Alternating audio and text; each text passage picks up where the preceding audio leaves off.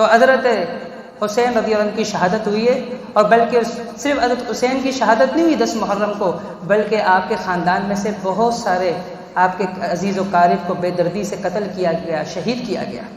لیکن شہداء کا ماتم کرنا، سالوں سال کرنا، اللہ تبارک و تعالیٰ شہیدوں کے بارے میں کیا فرماتا ہے کہ وَلَا تَقُولُوا لِمَن يُقْتَلُ فِي سَبِيلِ اللَّهِ أَمْوَاتٌ، تو ان کو تو مردہ بھی نہ کہو تو زندہ ہے، ان کو تو مردہ بھی نہیں کہنا چاہیے۔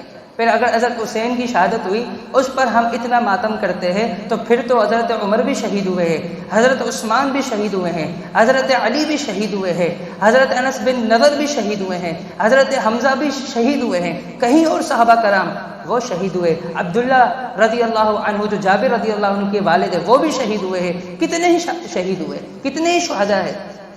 اور شہداء ان کا مقام کم ہے؟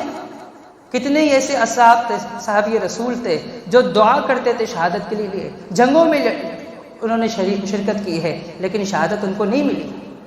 شہادت تو ایک بہت ہی بڑا مقام و مرتبہ ہے، اس کے لیے تو صحابہ کرام دعائیں کیا کرتے تھے کہ اللہ ہمیں شہادت نصیب فرما، جب موت دے تو شہادت کی موت دے۔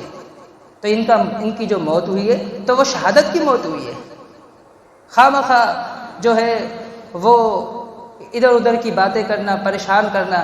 رسول اللہ صلی اللہ علیہ وسلم نے فرمایا من ضرب الخدود وشق الجیوب، فرمایا کہ لیس منا، فرمایا وہ شخص ہم میں سے نہیں ہے۔